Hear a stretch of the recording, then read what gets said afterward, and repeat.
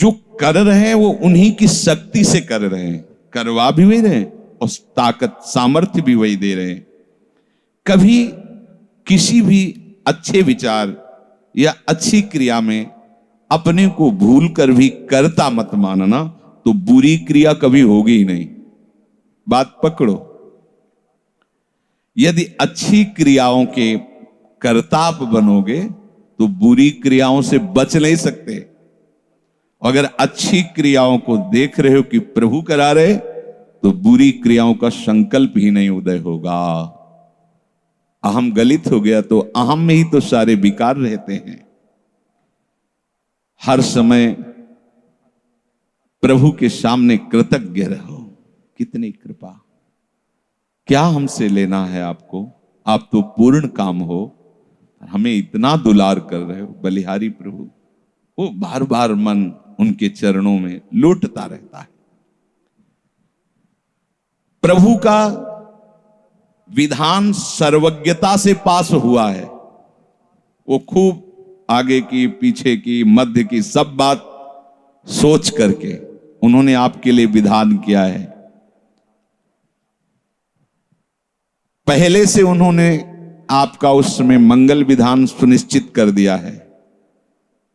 कैसी भी परिस्थिति हो, कभी ऊबना मत, घबराना मत, अधीर मत होना और अपने भगवत विश्वास में कमी मत आने देना। कैसी भी परिस्थिति हो, यह जरूरी है। उबना मत। बहुत हो गया कष्ट सहते सहते, कितना सहूं, नहीं। ये अगर ऐसा आ रहा है तो भी आप भगवद आश्रित नहीं हुए। नहीं, ऐसा आ ही नहीं सकता। बड़ा आनंद आता है कष्ट में, बड़ा आनंद आता है। पूरा का पूरा मन, इंद्रियां केवल प्रभु में होती, क्योंकि कष्ट में कोई विषय की इच्छा तो होती नहीं किसी को भी। भारी पीड़ा है तो सब उसी में होती। जिसने अभ्यास किया है भगवत चिंतन का, आश्रय है प्रभु का, तो कष्ट में भाग के कहां जाएगा। उसी में तो एकदम तन्मय हो जाता है मन, इंद्रिया। आज जो आप भागवती का अभ्यास करते हो तो आपको पूर्वाभ्यास परेशान करता है ना, विषय चिंतन।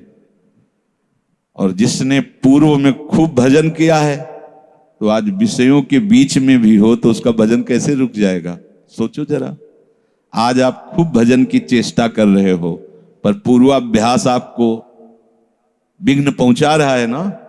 ऐसे ही यदि आपने भजन का अभ्यास किया तो वर्तमान में कैसी भी दुखद विषयमयी कैसी भी परिस्थिति हो, वो कैसे रुक जाएगा।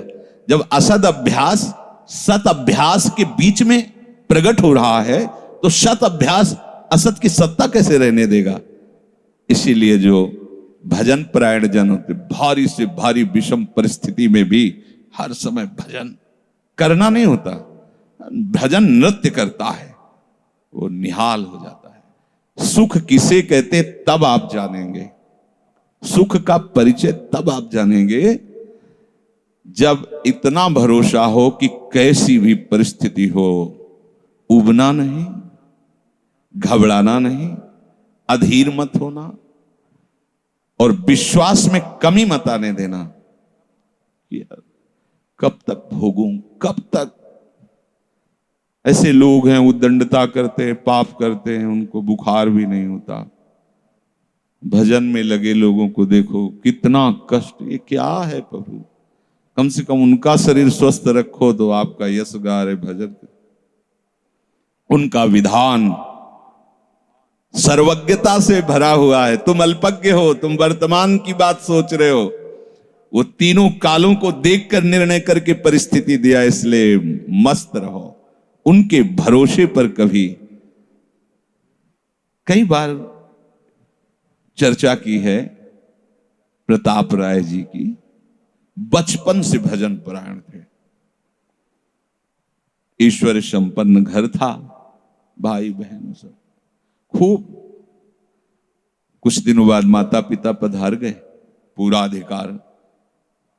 ऐसे भजन में डूबे रहते कि उनका व्यापार था कि जैसे कोई धन लेने के लिए आया तो उसके लिए कुछ गिरवी रखना होता था, आभूषण आदि, और जितनी आवश्यकता है आप धन ले जाइए, और जब धन मिल जाए तो ब्याज सहित उसमें रख जाना और अपना सामान ले जाना। एक बक्सा रखा रहता था और वो आप माला लिए हर समय भजन करते रहे। बड़े वास्तविक आंतरिक वृत्ति से प्रभु में लगे थे। पर उनकी कुल परंपरा का यह व्यापार था। जैसे सदन जी की कुल परंपरा, तो कुछ गृहस्थ ऐसे महापुरुष जो अपने, भगवान भी कहते पर धर्मो भयावहा सुधर्मो निधनो श्रेया, पर धर्मो, वो जो वहां का काजी था उसने देखा कि बिना किसी प्रयत्न के बड़ा आनंद इनके चल रहा है, तो जलन होती, जो भगवत विरोधी जन, विमुख जन होते हैं तो जलन होती है। इसको दूसरे रूप में हम कह सकते हैं कि प्रभु अब उनके भजन का फल देना चाहते थे। दोनों बातें, परिणाम जान गए हैं इसलिए हम कह रहे हैं प्रभु उनके भजन का फल देना चाहते थे, और वो वर्तमान से देखो तो वो द्रोही थे, भगवत द्रोही जन। 3 लोगों ने काजी से मिलकर कहा बड़ा सुख लूट रहा है, हम जाके देखा है, बढ़िया काम बन जाए। वो देखता भी नहीं कि बक्से में क्या रखा गया। तो कुछ कंकड़ ऐसे झोली में, पहले थैली टाइप की झोली होती, गए प्रणाम किया और कहा हमें 10,000 रुपए की आवश्यकता है, यहां लिखो दस्तखत, तारीख, दिन, और चेक भी नहीं करे। वो इतने विश्वास परायण भक्त थे, अभी तक ऐसा कुछ हुआ भी नहीं था। 10,000 रुपए दे। थोड़ी देर में दूसरा आ गया, थोड़ी देर में तीसरा आ गया, उनको धन था, दे दिया। 2-3 दिन बाद एक आया और 10,000 का ब्याज, 10,000 रुपए उनका, अपनी जहां रखा हो निकाल लीजिए। थैली निकाली और 2500 लोगों को पहले से ही काजी ने वहां भेज रखा था, सबके सामने डाला। देखो कितना पाखंडी है, हमारी सोने की सब जो आभूषण थे सब हटा के देखो इसमें पत्थर रख दिया। और हो तले दूसरा आ गया, प्रताप राय जी आपसे ये 10,000 रुपए, ये आपका ब्याज का पैसा। उसे अरे हाँ मेरे भी स्वर्ण, तीसरा है। फिर अब तो जितने गांव वाले थे जो श्रद्धा करते थे कि भक्त है, बड़ा उनका सम्मान था, सब उनके मुंह पे निंदा करने लगे। तिलक लगाए बैठे हो, कंठी बांधे हो, नाम जप करते, तुम्हें शर्म नहीं आती? तभी हम लोग सोचते थे कि कुछ करते हो रहे हो, इतना माला माल हो रहे हो, ऐसी बेईमानी तुम करते हो। काजी आ गया, उसने कहा तुम रिपोर्ट लिखाओ। रिपोर्ट लिखाई गई, बादशाह के पास रिपोर्ट पहुंचा गई। उन्होंने कहा ऐसे पाखंडी को बंदी बना लिया जाए, सारी संपत्ति जब्त कर ली जाए। प्रताप राय जी ने जब सुन, अवाक, मतलब पत्नी से कहा कि ठाकुर जी की सेवा में बाधा ना पहुंचे, तुम ठाकुर जी को लो, पीछे के मार्ग से निकल जाओ, कुछ भोग सामग्री, आभूषण और ठाकुर जी को लेके चले जाओ। पत्नी ने ऐसा किया, साफ एक बर्तन भी नहीं रहने दिया और उनको हथकड़ी डाल करके जेल में पहुंचा दिया। सब लूट लिया, सब नष्ट भ्रष्ट कर दिया।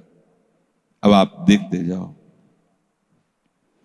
जब वहां पहुंचे तो जो विरोधी जन थे तो उन्होंने कहा कि ठाकुर के बहुत से आभूषण, बड़ी महंगी मूर्ति इनकी ठाकुर की, इनकी पत्नी, उसको तो आपने बंदी नहीं बनाया।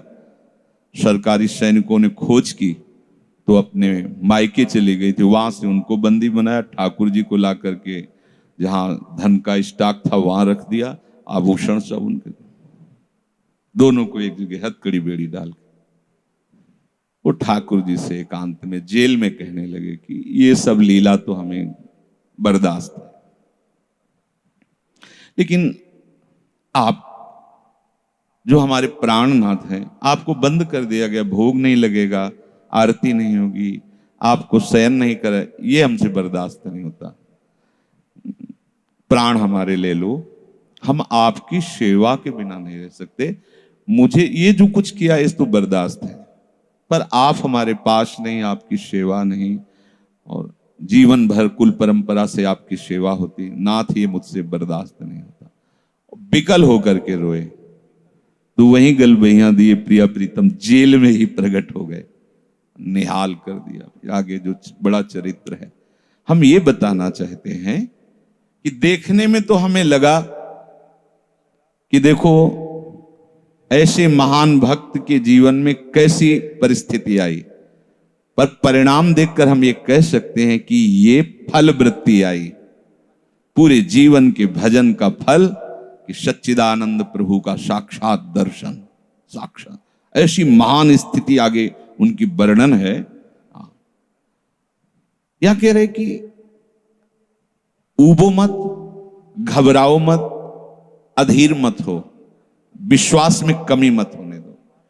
अब प्रभु ने क्या देखा कि इसे ना संपत्ति के हरण का दुख है और ना इसे किसी सम्मान नष्ट का, पूरे जीवन भर सम्मानित रहे, गांव के सब भगत जी हैं, सब मिटिया मेट हो गया, इस बात का कोई दुख नहीं, केवल मेरी सेवा का सुख।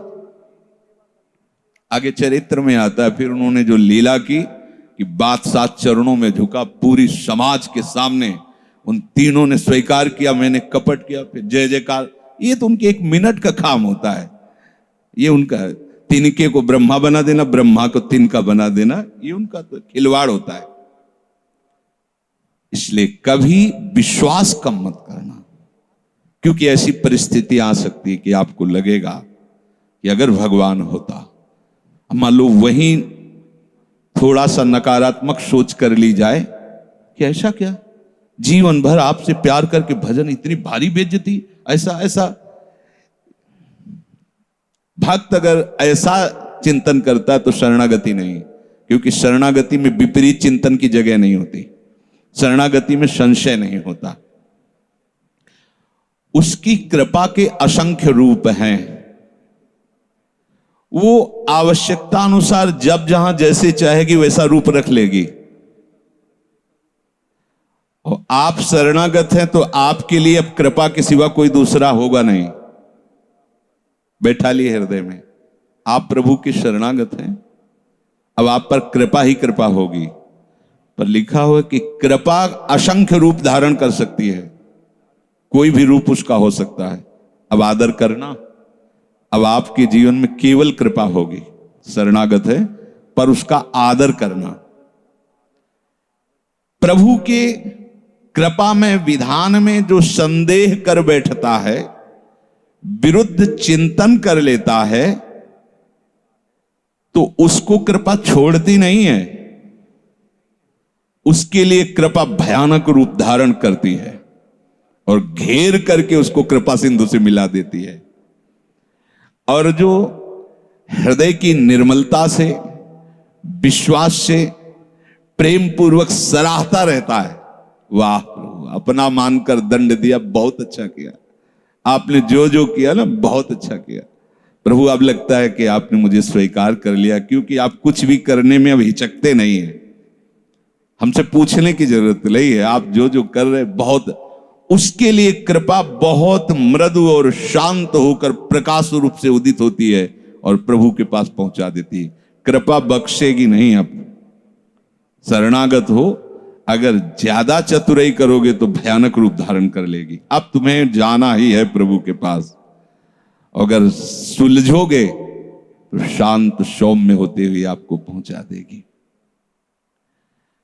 तुम विश्वास करो, इसी विश्वास से तुम्हें भगवत दृष्टि प्राप्त होने वाली है। कल हम कुछ उपासकों से बात कर रहे थे कि भैया ऐसा मत समझो कि अमुक समय तक साधना करने पर सिद्धार्थ अवस्था आती, नहीं, अभी समझ ठीक कर लो, अभी सिद्ध हो जाओगे। अभी ये साधना से नहीं होता, ये समझ से होता है। आपकी समझ ठीक हो गई, अभी वही आचरण आने लगेंगे जो सिद्धों में आचरण। हम लोगों के दिमाग में बैठा हुआ 12 वर्ष 18 वर्ष ऐसा वैसा, 12 जन्म में भी बात नहीं बनने वाली, और 12 मिनट भी बहुत होते हैं। समझ जाओ, जैसे कोई कहे ऐसे ही बोल रहे हो। आपके पास कोई उदाहरण है? भागवत में 11 स्कंद में तितिक्षु ब्राह्मण का चरित्र पढ़ लो, और ये भगवान श्री कृष्णचंद्र जो उद्धव को उसका चरित्र सुना रहे, मतलब उसका यश गान कर रहे हैं, और वो खुद कह रहा है कि मैंने जीवन में कभी कोई साधन भजन की बात जाने तो धर्म नहीं किया। हुआ क्या? कृपा उदित हुई, सर्वनाश का खेल हुआ और उसकी एकदम समझ ठीक हो गई। समझ पढ़ लेना उसकी। जिनके लिए मैंने पूरा जीवन, वो मुझे त्याग रहे। जिस धन को ना मैंने प्रयोग किया ना किसी को करने दिया, उसका अपहरण हो गया। जिस शरीर को मैं माना वो बुढ़ापे में जा रहा है। ये हो क्या रहा है? समझ ठीक हुई, उसी समय वो ऐसी स्थिति का महापुरुष हो गया कि भगवान उसका यशगार है। बोलो क्या साधना? समझ। रत्नावती जी ने क्या साधना की? दासी ने जब बताया तो हिमालय में जाके उन्होंने पद्मासन लगा के कोई साधना की क्या? दासी ने बताया कि सबका प्रीतम परम सुंदर करुणामय बिहारी जो है, बस समझ पकड़ लिया बिहारी जी। और महान सिद्ध। अपने लोग ऐसी धारणा बनाए हुए कि धीरे धीरे विषय छूटेगा, कामनाएं छूटेंगी, इतने वर्ष कम से कम, ऐसा वैसा, कुछ नहीं। अभी एकदम स्वीकार करो, आनंद पूर्वक चल दो। स्वीकृति का सारा चमत्कार है, अंदर से स्वीकार कर लो। अब तुम्हें ध्यान दीजिए, वही पदार्थ, वही परिस्थिति, वही कार्य प्राप्त होगा जिससे तुम्हारा मंगल होगा। काहे को खोपड़ी लड़ाते हो? कितना आनंद है। वही पदार्थ, जय राधा वल्लभ। जो गीता जी में वर्णन कर रहे थे कि यदि विषय का राग पूर्वक चिंतन किया जाए तो चिंतन मात्र से सर्वनाश हो जाता है, उसी के आगे श्लोक का वर्णन किया कि यदि राग द्वेष रहित होकर विषय का सेवन किया जाए तो हृदय की स्वच्छता, हृदय का प्रसाद, और प्रसादे सर्व दुखा नाम हानिरस्य उपजाति। बात पकड़ो। अब तुम्हें वही पदार्थ, वही क्रिया, वही सानिध्य मिलेगा जिससे तुम्हें मंगल में भगवान के दर्शन की योग्यता प्राप्त होगी। अच्छा बताओ, छोटा सा बच्चा जिसके पंख नहीं निकले वो क्या करेगा? शुद्ध शरणागति का स्वरूप अजात पक्षा इव मातरम खगा। तो आप शुद्ध शरणागति तो बनना चाहते हैं ना? उस बच्चे की योग्यता कितनी है? चे चे करके केवल मां की तरफ देखना, तो राधा राधा बोल के केवल लाडली जी की तरफ देखना। हमारी उस बच्चे पर यदि कोई प्रहार करने के लिए जीव आ रहा है तो माता पिता का कर्तव्य है, उससे तो पंख ही नहीं निकले तो अपना बचाव क्या करेगा? तो काम क्रोध लोभ आदि यदि आप पर आक्रमण कर रहे हैं तो आप बचाव कहां करने लायक हैं? तो आप इधर चे चे करके देखिए, राधा राधा राधा राधा राधा। और सही पूछो, जब ऐसी शरणागति आएगी तो आएंगे ही नहीं। वो भी भगवत प्रेरित आते हैं, भगवत प्रेरित। नहीं, देवर्षि नारद जी के हृदय में कहां काम था? पूरी लीला करके काम हार गया, और जब अहंकार आ गया तो छूट दे दी, तो देख लो क्या हो गया। समझना बस। सारी ये जो परमार्थ का खेल है ये सब समझ का है। आश्रय से जो भगवान कहते हैं कि बुद्धि योगम ददामिते, बस ये बुद्धि योग हो गया कि मस्त हो जाओगे। तेषाम सतत युक्तानाम भजताम प्रीति पूर्वकम ददामि बुद्धि योगम तम। अब जो भी पदार्थ, जो भी क्रिया, जो भी सानिध्य, वो कृपा के द्वारा होगा। अब हमें उसमें न राग करना न द्वेष करना है। और इसका परिणाम क्या बताया? हृदय की स्वच्छता, परम प्रसाद और बुद्धि का भगवान में स्थित हो जाना। अब वो प्रतिकूल हुआ या अनुकूल हुआ? अगर प्रतिकूल हुआ तो आपने सोचा गलत सिद्धांत। अगर ये बात हम ना माने होते तो इससे सावधान रहते तो हमारा वो होना था। प्रभु का विधान था, उसमें कुछ है, बाद में देख लेना। उसका वो परिणाम होगा जो तुम नहीं निकाल सकते थे। उस प्रतिकूल पदार्थ, वस्तु, व्यक्ति के सानिध्य से वो ठीक हुआ है जो ठीक होना था, प्रभु ने भेजा है। अब तो तुम निश्चिंत हो जाओ, अब भय ना करो। समझ ला? प्रभु सर्वज्ञ हैं, तुम उनके भरोसे हो गए हो। आप कोई तुम्हारा मंगल कर ही नहीं सकता। बोले काम आता है, क्रोध आता है, गंदी बातें मन में रहती हैं। कहा जाता है जब ये तक हृदय में रहेंगे तब तक तुम्हें भगवत प्राप्ति नहीं होगी। शास्त्रों में खूब खुला वर्णन है, चाहे जहां देख लो। त्रिविधम नरकस्येदम द्वारम नाशन मात्मनः कामः क्रोधा तथा लोभा। तस्मादे त्रयम त्यजेत, काम क्रोध मद लोभ शब नाथ नरक के पंथ। पर इसके बीच की हम एक रहस्यमयी बात आपको बताते हैं।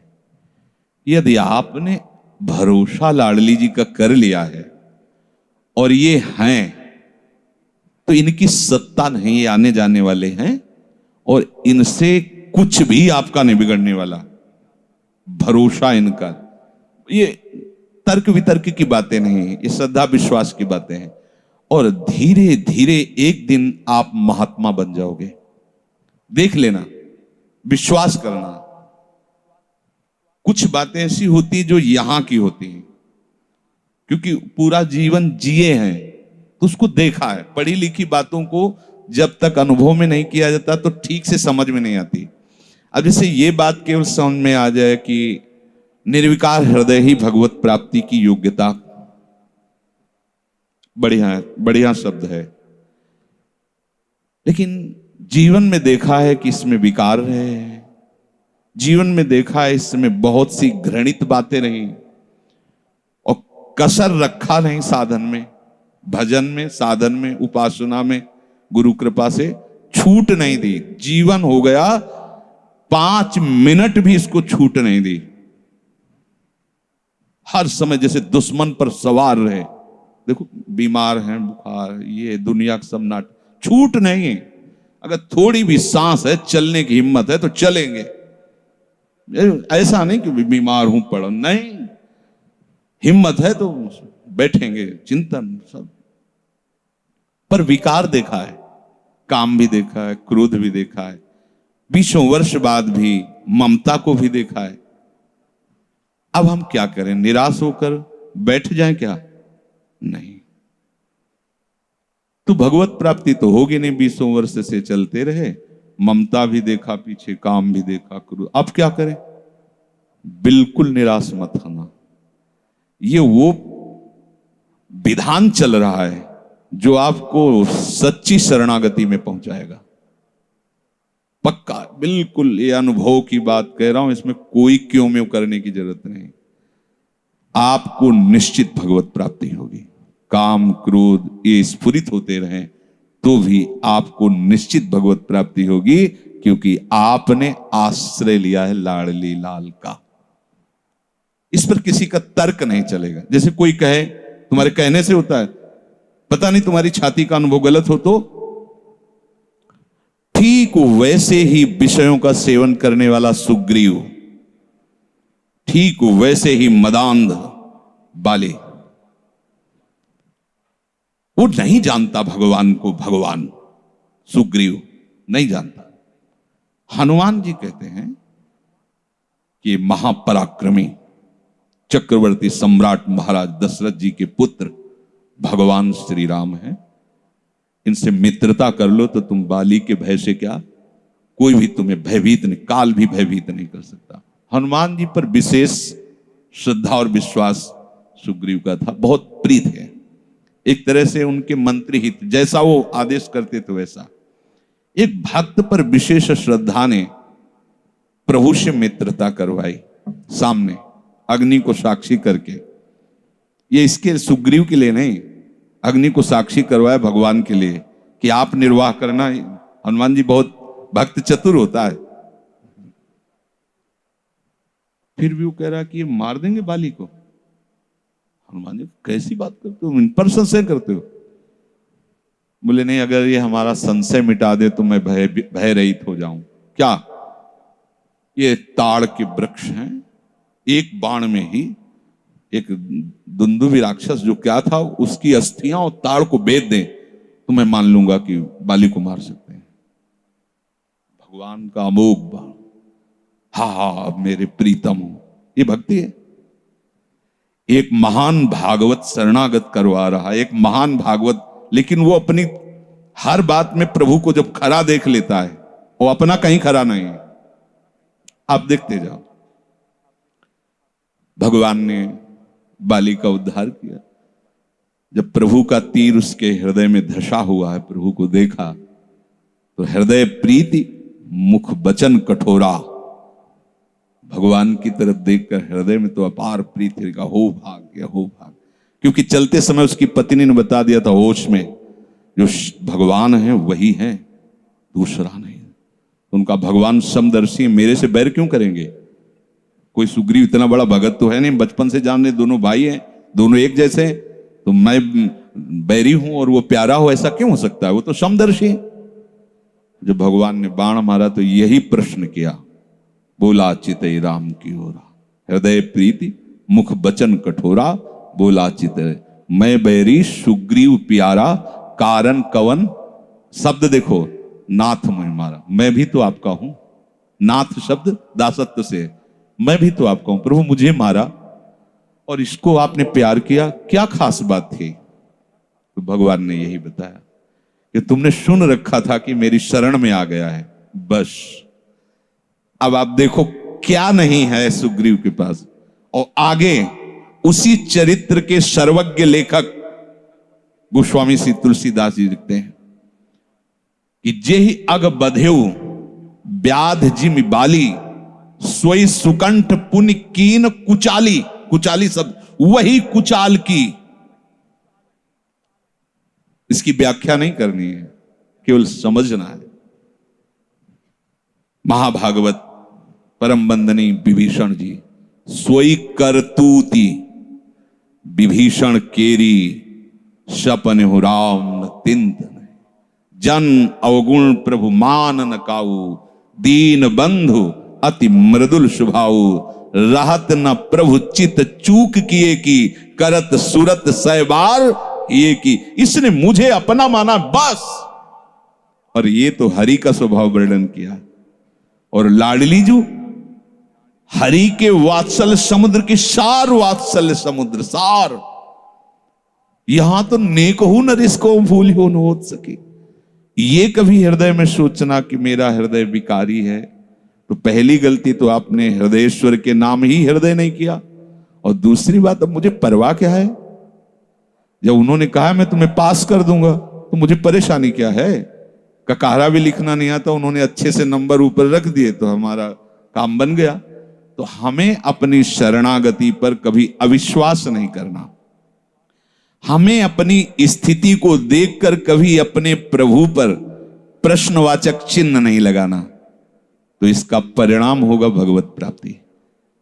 बिल्कुल आप अच्छे से समझ लो, हमारी आपकी बुद्धि एक भुनगे की तरह है और यात्रा ऐसी कि गरुड़ भी नहीं पार कर सकते। जाना वहां है जहां गरुड़ भी नहीं पार कर सकते। चाहे जितना उड़ान उड़े, आकाश का ओर छोर नहीं। जहां भी जाएंगे आकाश मिलेगा, भुनगा कितना उड़ेगा। अब क्या करें? वो वहीं से पुकारे, वो उनको आने में देर नहीं है, उनको आने में। बस शांत हो जाओ, आश्रित हो जाओ, किसी अन्य का भरोसा नहीं।